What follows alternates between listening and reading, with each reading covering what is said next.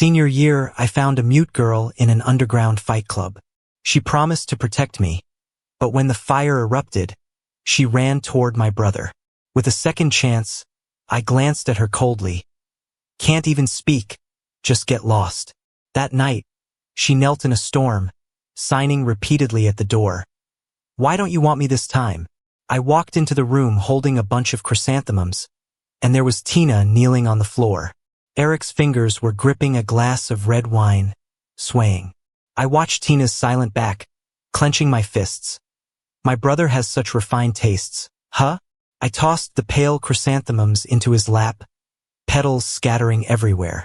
Upon hearing my familiar voice, Tina hunched down further, as if trying to disappear. The first time I saw Tina, a fighter a head taller was beating her on the ground, going for the kill. Hood up on my black hoodie, I leaned against the railing nearby, flicking a lollipop with my tongue. Aren't they gonna stop this? She lay still, hardly moving. When I fell down, I'd go alone to the underground fight club.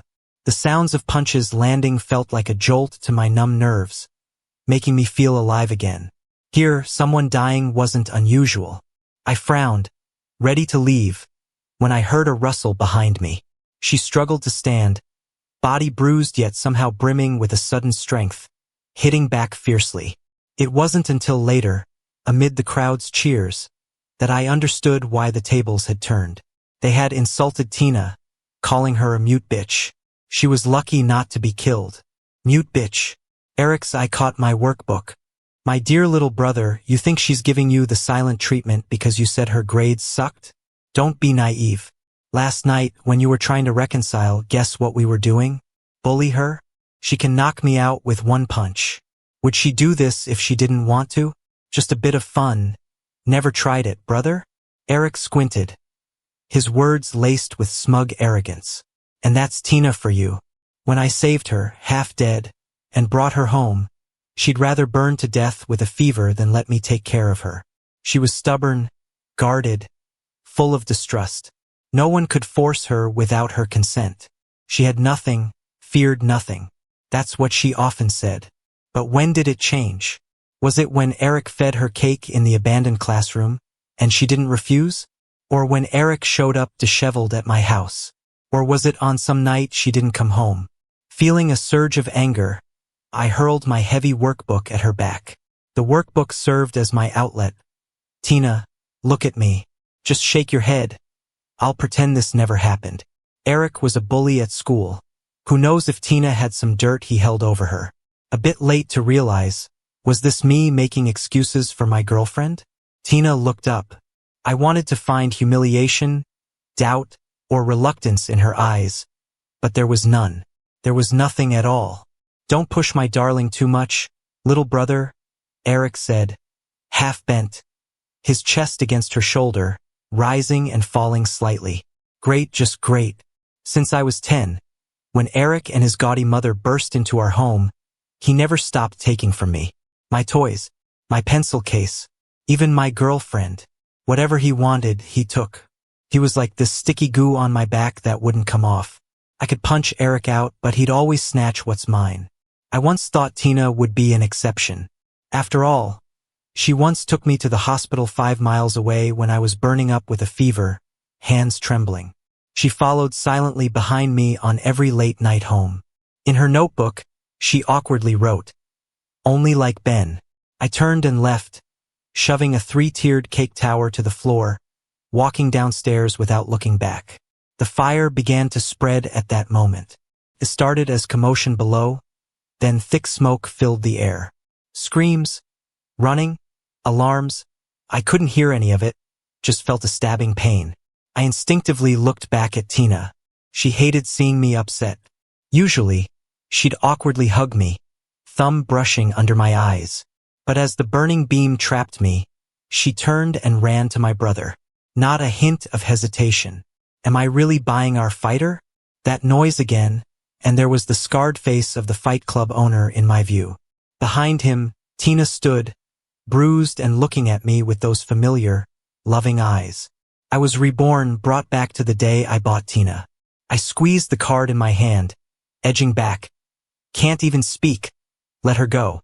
Walking out of the club, I heard the owner's voice. Knew it. Where's he get the money to buy my star fighter? Truth is, while my dad's clueless at home, I've never lacked food or clothes. That's how I could afford to buy Tina out from the club last time. Heal her wounds, teach her to read and write, and slowly warm her heart. But this time, I don't want to. No matter who it is, they end up with Eric. Flames of the past still flickered in my eyes. I quickened my pace and ran home. Dark clouds covered the sky, heavy rain bringing a haze.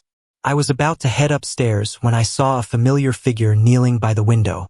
Rain poured down her back, and I squinted, recognizing her hand signals. Why don't you want me this time? A purple lightning streaked the sky, as steam rose with the rain. I opened the door. Drops clung like venomous insects to my feet, chilling me. What are you doing here? I glanced at her coldly, stepping further inside.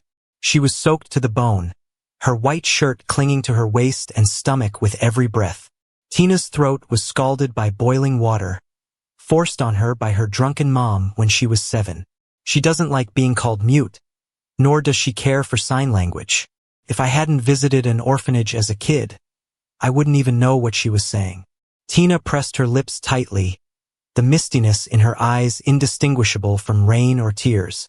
Every time she makes me mad, she wears that same expression. The distant rumble of thunder softened my resolve for a moment. Get inside already. Don't just die at my doorstep.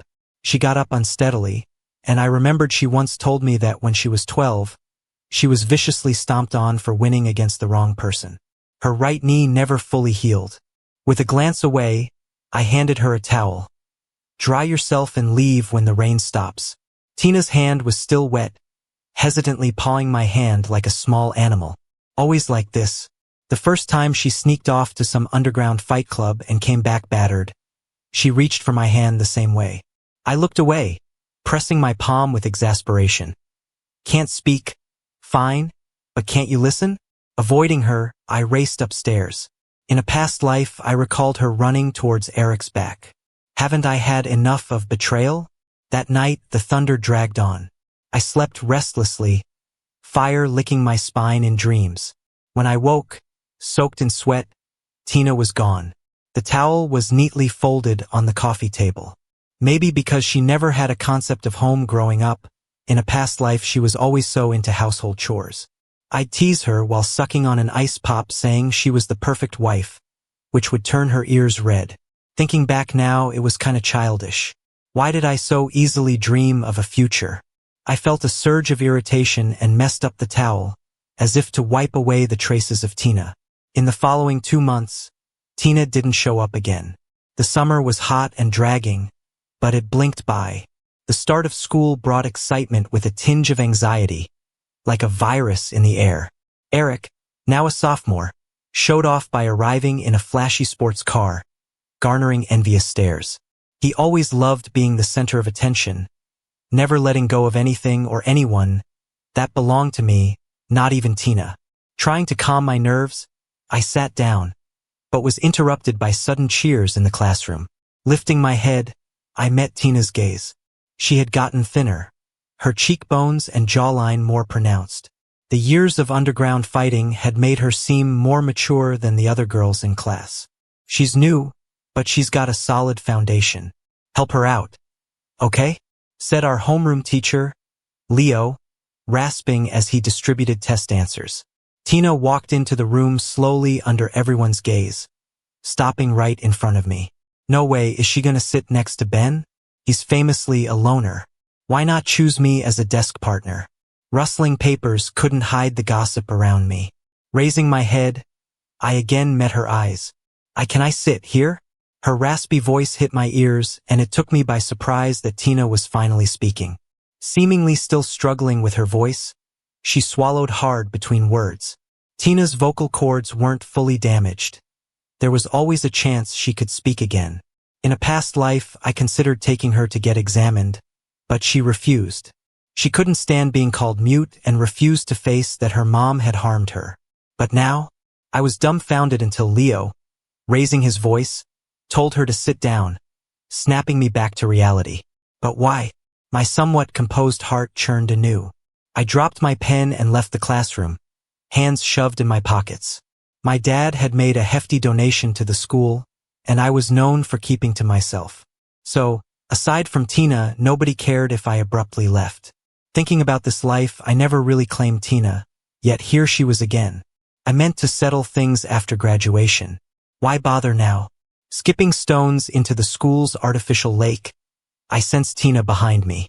"I know you're mad," she said, impatient yet raspy from saying too much. Tilting my head, I stood slowly. "Oh, why would I be mad?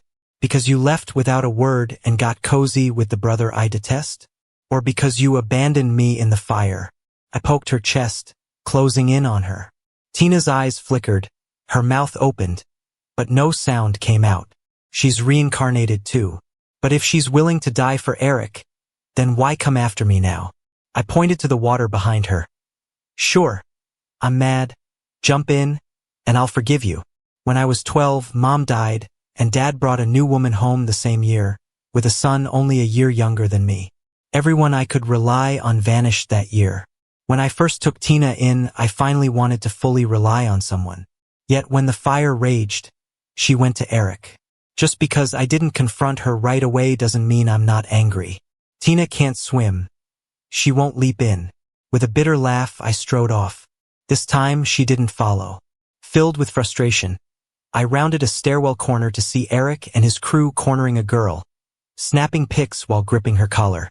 Seeing me, Eric kicked the girl aside and crossed his arms, looking down at me from nose level. Barely at school, and he'd already formed a bully group exerting a cruel dominance. The school turns a blind eye sometimes because of that building. But that doesn't mean I'll let him bully me. "I heard there's a new transfer student in your class. I heard he's built pretty well." As he got closer, he tapped my shoulder with his long fingers. I brushed his hand and slapped him across the face. Eric looked at me in disbelief, and his little followers stepped back, scared. "Just a bunch of girls after money. They run the fastest in trouble. You and your mom, the mistress, you're two of a kind. Loving the scraps? Why not work in the cafeteria then? You're neither tall nor short, neither fat nor thin, just a nobody." With each slap, I made him stagger back. Eric, always dieting, can't handle someone like me who loves the underground fight club. Mad? Even if he's mad, he can only get beat by me. I straddled him, and the sound of my slaps echoed through the hallway. Eric's always been a bully, so no one even pretended to stop us. "Ben, are you crazy?" Eric's words were slurred and broken from the beating. My hand was going numb, and last life's anger was pouring out of me. It wasn't until people crowded and raced downstairs that I started coming back to my senses. Someone drowned in the lake. My heart skipped a beat. When I caught my breath again, Eric pushed me to the ground. My palms scraped the rough ground, leaving a raw red mark. Tina. I don't know how I got to the lake, but there Tina was, surrounded on the soft wet grass, barely breathing. She stood there for ages before suddenly jumping in. Stressed out? Even with bad grades, with that face and body, she won't starve. She was in the water so long, I thought she died. It was terrifying. Tina lay there, pale, searching frantically for something. I stood frozen for ages before finding my voice. Why did she really jump? "I'll forgive you if you jump." Tina was taken to the nurse's office, and we were alone after she got 4 fluids. She turned to look at me, her eyes probing cautiously. I took her medicine and coldly handed it to her. "I haven't planned on being an accomplice yet. You're still mad at me." Her throat was raspy from the water. "Tina, you might think reincarnation is just a story, but I believe." She cut me off with firm eyes. Honestly, I suspected when she knelt in the rain. Nobody likes being let down, especially me. I continued. "No one's more cowardly than me. My wounds take forever to heal." Her eyes darkened a little. After a long silence, she gently touched the scars on my back from the fire, asking each word deliberately. "Does it hurt?" I turned away, sniffled, and wiped away tears. "I'm not done with you yet. Take care of yourself, don't die." Returning to class, a pile of papers waited on my desk. I buried my head deep, the ink smell stinging my eyes. Tina stayed in the school hospital for 3 days before coming back to class. To outsiders, she just slipped and fell in the lake. The school questioned it but went ahead and added layers of guardrails around the lake. Tina got famous because of it. People lined up to see her before class. I sat by the window intercepting all love letters for her. No, she spoke with difficulty. Lately, she toned it down, no longer staring at me constantly. But she still handed me a pen if I lost one and stuffed my desk full of lollipops. I tossed the pink letter onto her desk. You don't want it? Do I want it then? Feeling a weird irritation, I was about to leave the classroom when I ran into Eric. This time, his lackeys were gone. After I slapped him in public, he angrily sought school justice. This face, how's it so promising? Why didn't I notice before? As for brotherly matters, what can the school do? The balding teacher, looking troubled, spread his hands. He uses my dad's influence to do as he pleases at school, which has bothered the admin for a while. The school can't do much, but I, as his brother, can settle family matters. I popped a lollipop in my mouth. My tone wasn't exactly friendly. What's up? Why the nerves, big brother? Just a family matter between us. Family matter? What's there to talk about between a man and a beast? He clenched his fist and took a half step forward. Tina, for the first time, bravely gripped my hand, standing between us to shield me. Her slender figure enveloped me. In the past life, my favorite thing was holding her. She was so delicate, but hugging her brought a strange sense of security. She finally spoke, though struggling. If you've got something to say it to me. Eric sneered, looking Tina over with a nasty glint. Sweetheart, you still owe me a wedding. Tina clenched her fists, her back trembling. She didn't dare to look back at me. These two were even romantic. I gave a bitter laugh, pulled the lollipop from my mouth, and tossed it in the trash. Trying to break free, my wrist stayed firm in his grip, his rough fingertips igniting my skin. Get lost, don't ruin my sight. Without mercy, I kicked at his leg, breaking free from his grip. Ben, why won't you learn? Hiding in an empty storage room, I buried my head in my knees, plotting how to wreck the wedding. A wedding, Tina promised me one in a past life. She once wrote me a long note. Last time I went secretly to the underground boxing club. Wanted to earn money for your birthday gift. Pissed you off. It was my fault. I've thought it over. I really need to study hard, get into college, and find a legit job. Next month's exam? I'm definitely gonna make it into the top 100 in my grade. My foundation is weak, and if I don't get in, I'll just keep trying. When are you planning to get married? Can you wait for me? If you can't, that's okay. But if you're gonna marry someone else.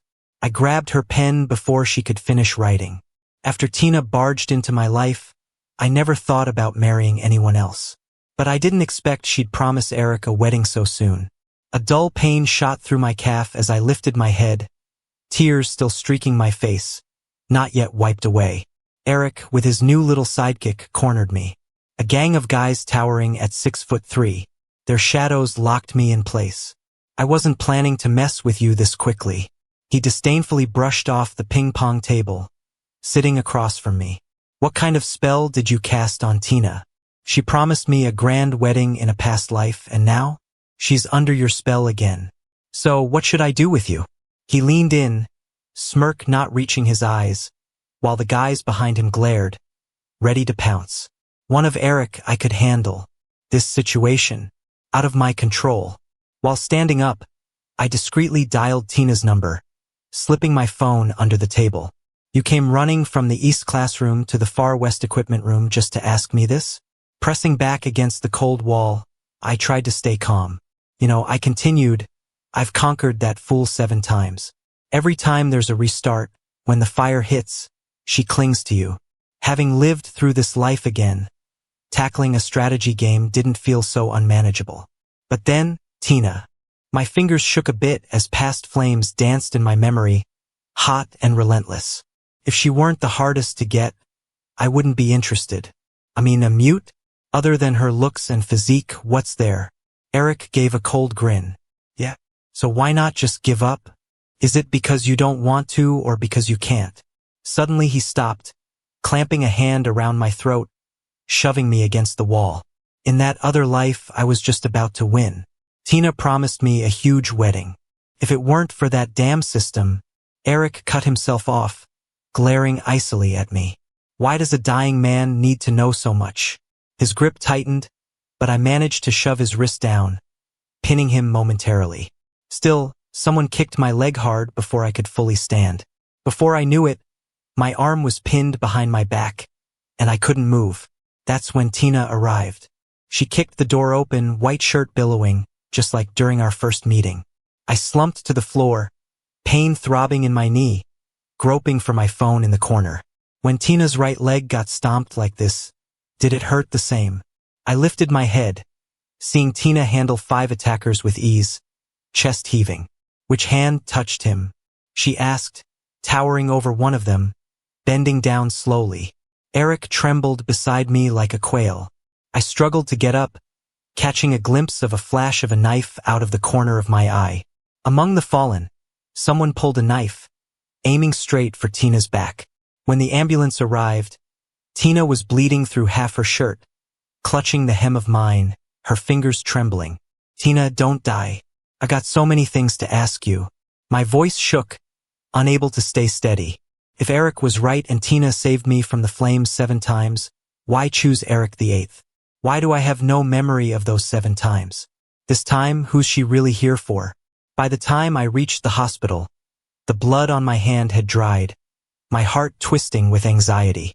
It wasn't until 4 a.m. that my heart settled back into place. The patient's all right. Take good care of your girlfriend. A grouchy Jack went off to argue with the doctor. Girlfriend? They're desk buddies. Can't desk buddies be close? He squinted at me. Hey, don't I know you? Weren't you in class 3 at high school 17? It's me, Jack, your desk buddy. Their voices faded into the distance as the surgery room's door opened. Finally, I snapped back to reality. Tina looked pale, a bandage wrapped around her shoulder, even a small one around her neck. I'm okay. I finally exhaled a sigh of relief. For the next several days, Tina had to stay for observation. Jack made me his delivery guy to bring meals and notes. Here, you gotta switch to trigonometric functions. Tina's breath brushed my ear. I edged away a bit. Oh, and don't worry about the hospital bills. Jack and I will cover it. No need. I've got money. Where'd you get money? Growing up in an underground boxing club, her earnings always got snatched by a greedy boss. I memorized the lottery numbers. Wow, really underestimated her there. I turned, taking the porridge from her hand. So, what do you think the college entrance exam's like? Tina pressed her lips together, not meeting my gaze. Don't know, haven't lived to see that day. I trembled, spilling some hot millet porridge on my hand. Tina clumsily tried wiping it off, avoiding touching my hand. After the exams finish, it's your birthday. I've prepared gifts so many times, but never got to give them. Her voice was still hoarse, speech a bit slow. So last time I risked pretending Eric won. I'd seen how the system disliked him, so during the energy flux, it left him. Before, he'd try to win me over, and if he thought he might fail or get bored, he'd use a fire to restart. The system didn't agree with his methods, so it left me my memories, then sought my help the 8th time to escape him. Tina tentatively gripped my hand. No more rebirths. Never leaving you again. My heart felt like it was being pricked by needles, crushed, spread out, left under the sun. When Tina reached the equipment room, who knows where she had just come from. When I was still mad, I threw his gift into the trash can right in front of her. She looked at me with a smile. If you don't like it, that's fine. I'll get you something better for your birthday. Okay? I let out a long sigh. I think I forgot to bring your papers. Let me go grab them. I slipped my hand away and ran out of the room without looking back. In the bathroom, I touched the scar tattooed on my shoulder. Does it still hurt? Thinking about how Tina shielded me from fire 7 times, it didn't seem so painful anymore. I went downstairs and bought her favorite sweet and sour ribs. But when I was ready to go back up, Tina was gone. Panicking, I dialed Tina's number, only to hear Eric's voice. Want to save her? Come to the West Side Paper Factory. Come alone. Unless you want her throat messed up again? The phone crackled with howling wind and the sound of boiling water. I gripped my phone, my voice coming out rough and unrecognizable. Okay. By the time I reached the west side, it was getting dark. The sky was a shade of purple, with heavy clouds letting some light slip through. Eric, what do you want? Behind him was Tina, a rag stuffed in her mouth, her knee pinned to the ground, sweat dripping from her forehead. Eric lifted his head and smiled, his earrings brushing against his slender collarbone. The guy who hurt Tina was quickly caught and even spilled that Eric was behind the attack. Lately, life's been tough for him. Systems are really gone. Standing on the dusty concrete, he said, I can't go back. Happy now? Do you know why I took on Eric's identity for the game? I'm a mistress's kid, but I never knew what I did wrong. Never had friends. Everyone avoided me. My mom didn't even get the guy, and we spent years in a tiny dump. He sat on the cracked stairs, lighting a cigarette. I wonder if life would have been different if Mom married that man. But you surprised me. As the legitimate son, you always overshadow me. Even my targets run to you, but I'm not letting you win. Eric exhaled a smoke ring, grabbing a knife from the corner. I'll chop off your piano playing hands one by one. Or else, she gets a taste of boiling water again. I lowered my head and picked up the sharp blade. Across the room, Tina's eyes were red, shoulders bleeding as she shook her head desperately. Who said you can't go back? I stared blankly at the knife in hand, twirling it slowly. Eric frowned slightly, flicking his nearly burnt cigarette into the corner. What are you saying? The system's not gone. It's with me now. I looked at him steadily. He gulped, eyes filled with greed. Approaching Eric slowly, I hoped the cops outside would back me up. If you clear the game, you can request to bring your favorite character back to the real world, right? My palms were sweating as I probed further. I tossed away the knife, kicking it off. You rebooted the game 8 times. You know better than me. Fire resets the game, doesn't it? Standing by the half-crumbled window, I casually raised my hand outside. If I succeed, I'll take you with me. Reaching out against the sunset, he didn't really belong here. He was just playing, lighting fires to start over when bored. The system probably left Eric for excessive restarts with Tina's help. Too bad he still couldn't see his mistakes, hoping for external power. Gazing at the distant river, I felt more confident. I can take you. Just let Tina go. Eric breathed heavily, his eyes darting around. No way. Why should I trust you? Everyone's outside, and it's poured for days. Fire's unlikely. Pointing downstairs at rising smoke, Tina sat next to a gas can. Honestly, I was a bit worried, but tried to act cool. Seeing a familiar fire, Eric's eyes lit up as he regained lost hope. Meanwhile, Tina broke her gag, urgently warning, don't become the next Eric. Game players ultimately face repercussions.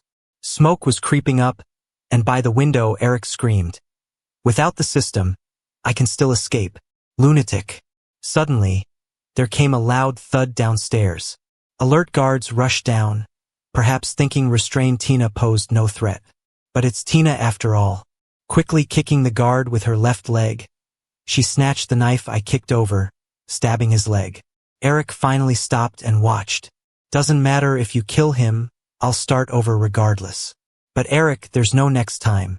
Swaying towards Tina, cigarette embers ignited the gas. What I feared most happened. Downstairs was a fake fire, but up here, it was a real, raging fire. As the flames spread, I grabbed Tina's hand. Come on. Tina held me tight. Don't be scared, Ben. I gently ran my hand down her back. Does it hurt? When the fire spreads, does it hurt? This time, I said, how about I take you away? I pulled her hand, slowly moving towards the window. Outside, a small stream flowed gently by, bathed in the red glow of the sunset. By the time the police and firefighters got upstairs, the fire was out of control. Eric stubbornly sat in the blaze, waiting for another chance to be reborn. Sadly, there would never be another chance. On the day the college entrance exams ended, I waited and waited but didn't see Tina. I kicked stones at the doorway, feeling bored. That day, when she jumped out the window, Tina's old injuries flared up, and she ended up lying in the hospital for almost half a month. Hurry up and get better, I complained, sitting by her hospital bed, peeling an apple. You spend every day in the hospital. How are you going to get into college? Tina looked at me with gentle eyes. I will, definitely. I don't know why she was so confident, being barely in the top 200 of our grade. Kicking the stone back and forth by the door, the sky was getting darker when Tina finally showed up, fashionably late. So, the college student is here, huh? I teased, my tone a bit sarcastic since I hadn't answered the last math question. Tina's soft fingers touched my head. I went to get your gift. Where is it? Where's the gift? Liar. She had said it, typical girl. Tina looked up and smiled. Look at the sky. I looked up, and in the deepening night, drones had formed a massive firework pattern. In the interplay of lights and shadows, a drone hopped around in the starry sky like dangling ears. This is amazing, I couldn't help but exclaim. She laughed, a hint of mischief in her eyes. Are you happy with this kind of gift? I nodded, feeling warmth flooding over me. At that moment, I felt her care and affection. It wasn't just a gift. It was a surprise she had crafted for me, like those fireworks illuminating the night sky just for me. Tina took my hand. Let's go for a walk and talk about what happened today.